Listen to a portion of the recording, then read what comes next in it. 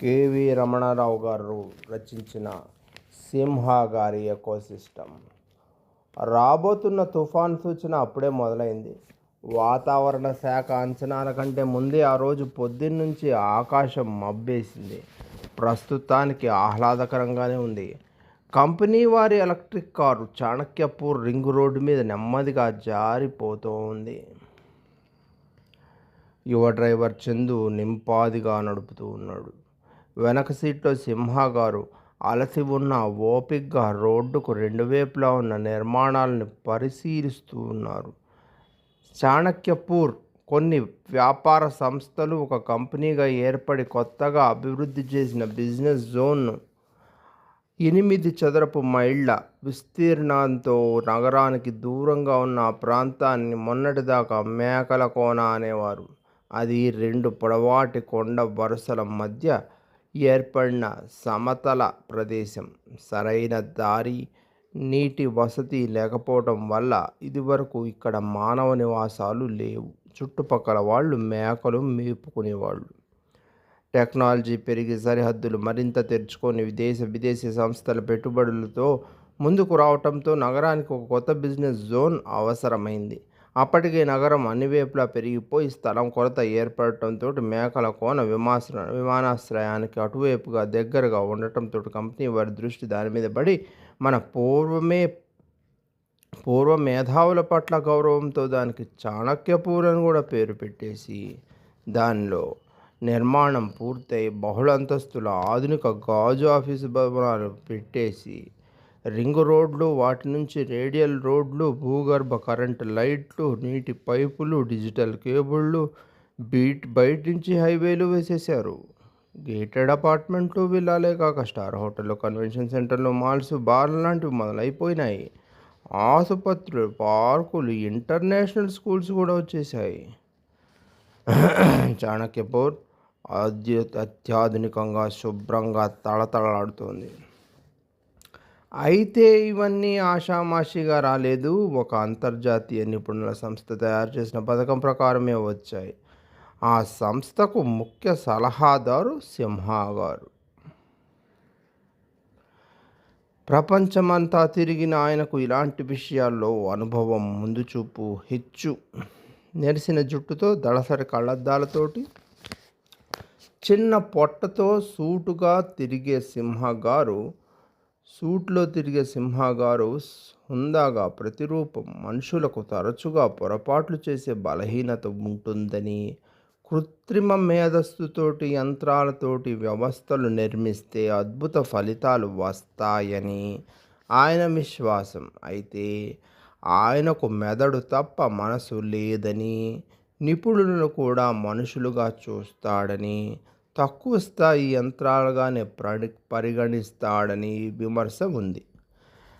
66 ఏళ్ల సింహ గారికి దీర్ఘకాలపు పని ఒత్తిడి వల్ల ఈ మధ్యనే ఆరోగ్య సమస్యలు మొదలై గుండె నరాలు బలహీనపడి షుగరు, బీపీ, మీరు రోబో కాదు మనిషే అని జాగ్రత్తలు తీసుకోవాలని డాక్టర్లు చెప్పినా మంచిగా సెటిల్ అయిన పిల్లలు, తిరుగుడు ఇక చాలు అన్నా కూడా ఆయన ఇంకా కొన్నాళ్ళేలే అని సర్ది చెప్పి చాణక్యపూర్కి పూర్తిగా కృత్రిమ మేధో యంత్రాలతోటి లోపరహిత ఉత్పాదక సంస్థగా రూపొందించి ప్రపంచానికి చూపాలన్నది ఆయన తాపత్రయం.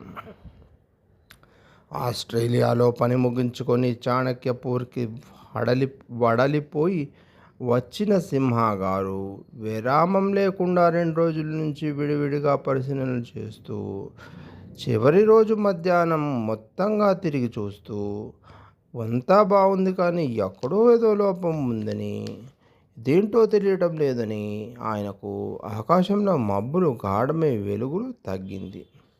చందు నడిపేటప్పుడు పక్కకు చూడకు, అందుకే రోబో కార్లు ఉండాలంటాను. పెళ్ళయిందా, పిల్లలున్నారా అని అడిగాడు సింహ గారు. వారం తరువాత ఆ రోజే డ్యూటీలో చేరాడు చందు. అయ్యింది సార్, 2 పిల్లలు అని. మా తాతగారు ఊరు ఆ కొండవతలే. నేను చిన్నప్పుడు మేకలు తోలుకొని ఇక్కడికే వచ్చేవాడిని. మా ఊళ్ళో ఏండ్లలో ఇదంతా ఒక్కసారిగా ఎంత మారిపోయింది సార్. మీరు కొత్తగా చూస్తున్నారా? అడిగాడు చందు. "హ, హ, హ. ఇదంతా బండరాళ్ళు, కంప చెట్లతో ఉన్నప్పుడే ఈ ప్రాజెక్టు డిజైన్ చేశాను. హ, హ. ఎన్నోసార్లు వచ్చాను, అన్నీ సరిగానే పూర్తయ్యాయా అని ఇప్పుడు చూస్తున్నాను. హ, హ, హ" అన్నారు. ఇవన్నీ ఐటీ ఆఫీసులని విన్నా సార్. ఇది మామూలు ఐటీ ఆఫీసులు కానీ అనుకున్నావా? ఇదొక కొత్త రకం అత్యాధునిక అంతర్జాతీయ బిజినెస్ ఎకోసిస్టమ్. హ, హ, హ అన్నారు సింహగారు. అన్నీ అనుకున్నట్టుగానే పూర్తవటంతోటి ఆయన హుషారుగా మాటల్లో పడ్డారు. ఎకోసిస్టమ్ అంటే ఏంది సార్? చెప్తా చెప్తా. ఆ ఎత్తైన అద్దాల భవనాల రకరకాల ఆధునిక ఐటీ అనుబంధ పరిశ్రమలు అయితే మామూలు యంత్రాలు, పొగగొట్టాలు ఉండవు. ఇక్కడన్నీ డిజైన్ చేస్తారు, ఇంకెక్కడో తయారు చేస్తారు. పొద్దున్నే పళ్ళు తోముకునే టూత్‌పేస్ట్ నుంచి రాకెట్ ఇంజిన్ వరకు ఏదైనా డిజైన్ చేయొచ్చన్నమాట. కొత్త వస్తువులకు రూపమిస్తారు. అంతేకాదు, ఇక్కడ కూర్చుని అమెరికాలో బ్యాంకుల పని, ఆస్ట్రేలియాలో విమానాల ట్రాకింగ్ నేరుగా చేయొచ్చు. ఎక్కువగా కృత్రిమ తెలివితేటలు చేసే పని అన్నమాట. ఇక్కడి నుంచి కంట్రోల్ చేస్తూ మనుషుల బదులు రోబోల చేత ఫ్యాక్టరీల్లో, ఆఫీసుల్లో పని చేయిస్తారు. హే, హే, హే. చాలా కష్టం కదా సారో. అందుకే 24 గంటలు ఏ విధమైన ఆటంకం లేకుండా పని జరగటానికి ఇక్కడ అన్నీ ఆటోమేటిక్గా ఏర్పాట్లు చేసి నిరంతరం కరెంటు, ఇంటర్నెట్, కంప్యూటర్లు, ఇతర ఏర్పాట్లన్నీ చేసి తర్వాత త్వరలో ఆకాశంలో ప్రత్యేక సైటిలైట్ కూడా ఉంచి ఇక్కడ పనిచేసే మనుషులకు సౌకర్యాలతో ఇళ్ళు, విదేశాల్లో స్టార్ హోటళ్ళు, ఆకలి నీరసం లేకుండా ఆఫీసులో బిర్యానీలు, పిజ్జాలు, చాక్లెట్లు, కాఫీ సిద్ధంగా ఉంటాయి. ఎవరికి పని తప్ప మరో ఆలోచన రాకుండా ఉండేటట్టుగా చేస్తాం. భవిష్యత్తులో ఆకాశంలో డ్రోన్లు తిరగటానికి కూడా వీలుగా పక్షులు ఇటువైపు రాకుండా ఏర్పాట్లు చేసి పాత చెట్లు పీకేసి కొమ్మలు లేని ఇంపోర్టెడ్ చెట్లను నాటుతాం. ఇదే నేను రూపొందించిన కొత్త ఎకో సిస్టమ్ అన్నారు.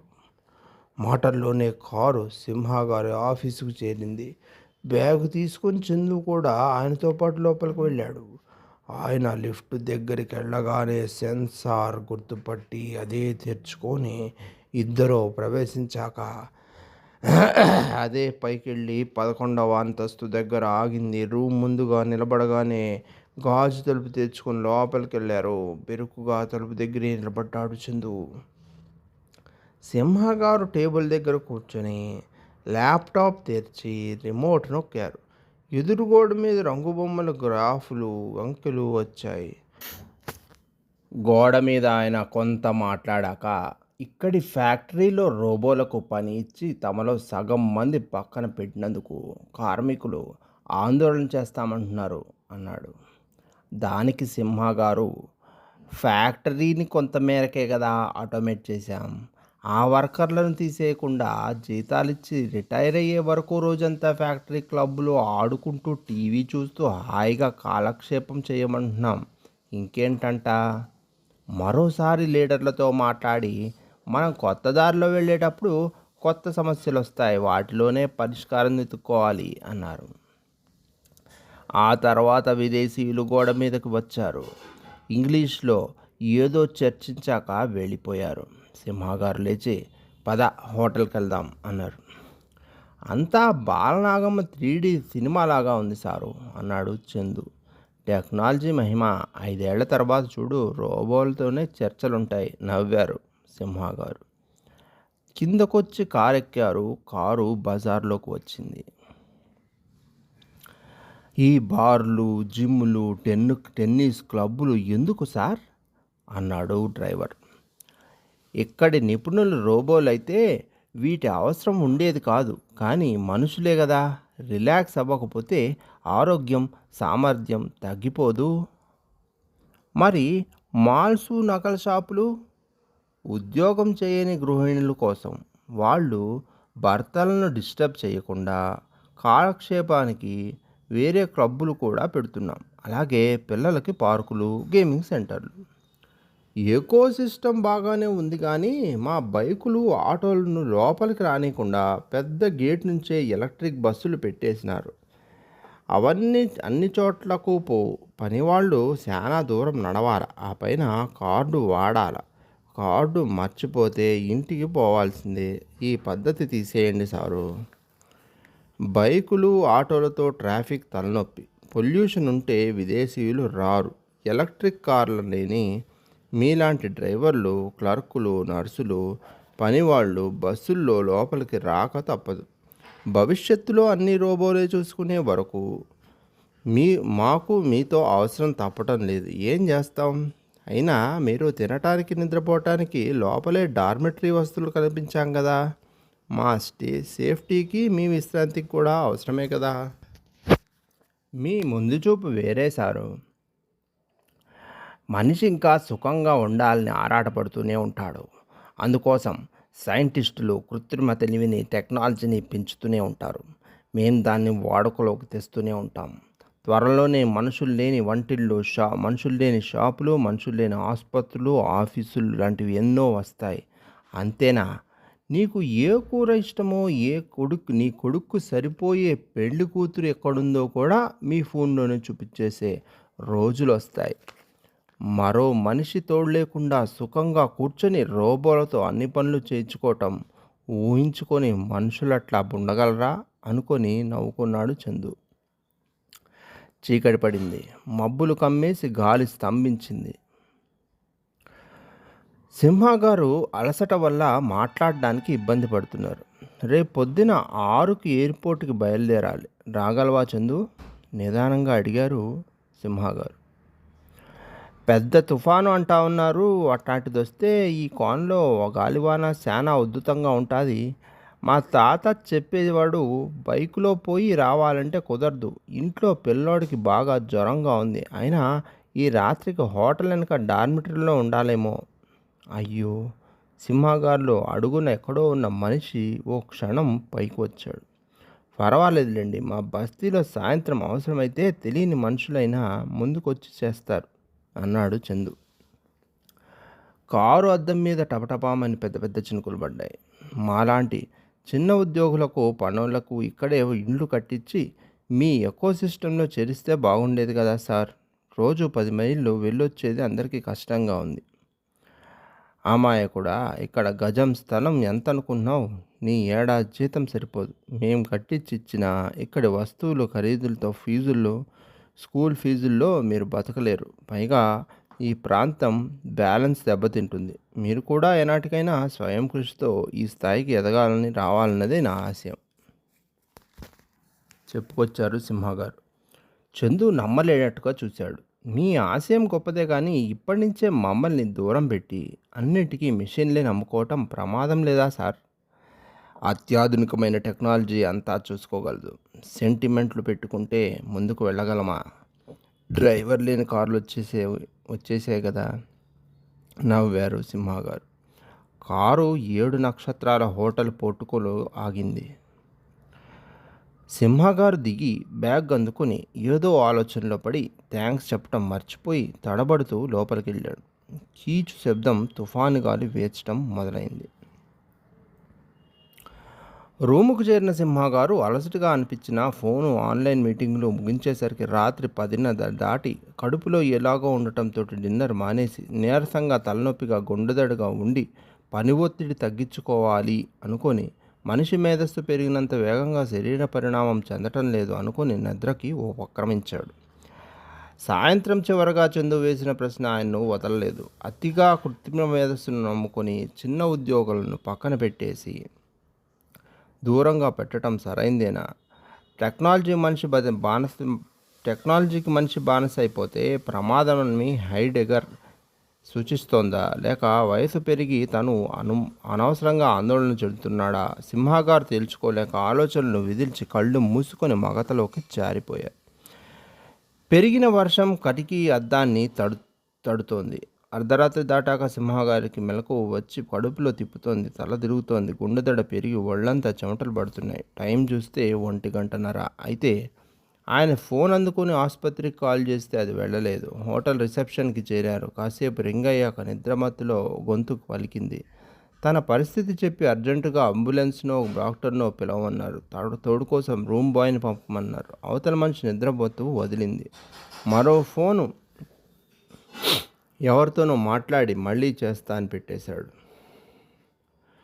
హడావిడిలో ఎమర్జెన్సీ మందులు తెచ్చుకోవటం మర్చిపోయిన సింహగారు తన మనిషితనపు మతిమరుపును తట్టుకొని ధైర్యం తెచ్చుకొని నెమ్మదిగా లేచి నీళ్లు తాగి తలుపులు తీసి గుండెపై రుద్దుకుంటూ సోఫాలో కూర్చున్నారు. నిమిషం 1 గంటగా గడుస్తోంది. బెల్ మోగి రూమ్ బాయ్ లోపలికి వచ్చి అంత పెద్ద ఆఫీసర్ని ఆ స్థితిలో చూసి బెరుగ్గా నిలబడ్డాడు. బయట గాలివాన ఉద్ధృతమై అద్దం దడదడమంటోంది. రిసెప్షనిస్ట్ నుంచి ఫోను. డాక్టర్ కోసం ప్రయత్నాలు చేస్తున్నాను. తుఫాన్ గారు చెట్లు కొమ్మలు విరిగిపడి మన కరెంటు సప్లై చేసే బయటి ఎలక్ట్రిక్ సబ్స్టేషన్ తీగలు తెగు 11కే కరెంటు ఆపేసి ఫోన్ టవర్లు దెబ్బతిని సిగ్నల్స్ లేక మేకల కోణంలో ఇంత గాలి వేగాన్ని ఊహించలేదట. బ్యాకప్ కరెంట్ ఉందిగా అడిగారు సింహగారు బలహీనంగా. పందికొక్కులు వైర్లు కొరికేసి కొన్ని జనరేటర్లు పనిచేసి పవర్ సరిపోక లిఫ్ట్లు మెషిన్లు ఏసీలు సరిగ్గా పనిచేయక హాస్పిటల్లో పేషెంట్లు ఇబ్బంది పడుతుంటే డ్యూటీ డాక్టర్లు బిజీగా ఉండి మీ దగ్గరికి రాలేదు. ఐటీ ఆఫీసుల్లో కంట్రోల్స్ అస్తవ్యస్తమై పనులు ఆగిపోయాయట. చాలా చోట పనులు తెరుచుకోక మనుషులు లోపలే ఇరుక్కుపోయారు. మరి అంబులెన్స్ డ్రైవర్లు పనివాళ్ళు స్ట్రైక్ నోటీసులు ఇచ్చి సాయంత్రమే వెళ్ళిపోయారు. బైకులకు లోపలికి రానివ్వనందుకు కార్డు తప్పనిసరి చేసినందుకు నిరసనగారట. వెరీ సారీ సార్, అయినా మానవ ప్రయత్నం చేస్తూనే ఉంటాను అన్నాడు. పెట్టేశాడు. కిటికీ బయట తుఫాను గాలికి చెట్లు పిచ్చిగా ఊగుతున్నాయి. రిసెప్షనిస్ట్ మళ్ళీ ఫోన్ చేసి విల్లాలో ఉన్న ఒక డాక్టర్ దొరికారు. సెల్లార్లోకి నీళ్ళొచ్చి కారు నడవదట. మీ ఫోన్ చేసి సలహాలు ఇస్తారు అంది. డాక్టర్ నుంచి బలహీనమైన వీడియో కాల్ వచ్చింది. అతను రూమ్ బాయ్ సాయంతో సింహగారికి ఎమర్జెన్సీ ప్రాథమిక చికిత్స చేయించాడు. దాంతో కాసేపు నెమ్మదించినా తిరిగి నొప్పి ఆయాసం క్రమంగా పెరిగి దూరంగా ఉన్న భార్యాపిల్లలకి కాల్ చేయబోతే కాల్ కలవక కళ్ళు మూసుకున్నారు. కిచెన్ నుంచి ఏవో మందు దినుసులు తెమ్మని రూమ్ బాయ్కి ఆందోళనగా ఫోన్ ఎవరికో చెప్తున్నాడు. సింహగారికి సగం మత్తులో లోపల తెలివి పనిచేసే ఏదో స్ఫురించింది. అతి కష్టం మీద డ్రైవర్ చందుకు ఫోన్ చేసి అటు నుంచి హలో సార్ అని వినిపించింది. చందుకి ఆయన ఏం చెప్పారో ఆయనకే సరిగ్గా తెలియలేదు. సింహగారికి తెలివి వచ్చేసరికి హాస్పిటల్ ఐసీయూ బెడ్ మీద ఉన్నారు. ఎదురుగా డాక్టర్ నర్సు తన వైపు ప్రశాంతంగా చూస్తూ కనపడ్డారు. మీరిప్పుడు బాగానే ఉన్నారు. రాత్రి మీకు స్ట్రోక్ వచ్చింది. చందు కష్టపడి రూమ్ బాయ్ సహాయంతో టైంకి కారులో మిమ్మల్ని తేకపోయి ఉంటే పరిస్థితి వేరేగా ఉండేది. మెట్ల ద్వారా మేమే కిందకు వచ్చి మీకు ఎమర్జెన్సీ చికిత్స చేసి ఎలాగోలా పైకి తీసుకొచ్చాం. ఇక పర్వాలేదు. టెక్నీషియన్లు టెంపరీ కార్మికులు ప్రాణాలకు తెగించి చీకట్లో వర్షంలోనే రిపేర్లు చేసి లైన్లు టవర్లు కొంతవరకు బాగు చేశారు. తెల్లారాక తుఫాన్ దిశ మారి ఉధృతి తగ్గింది. కంపెనీ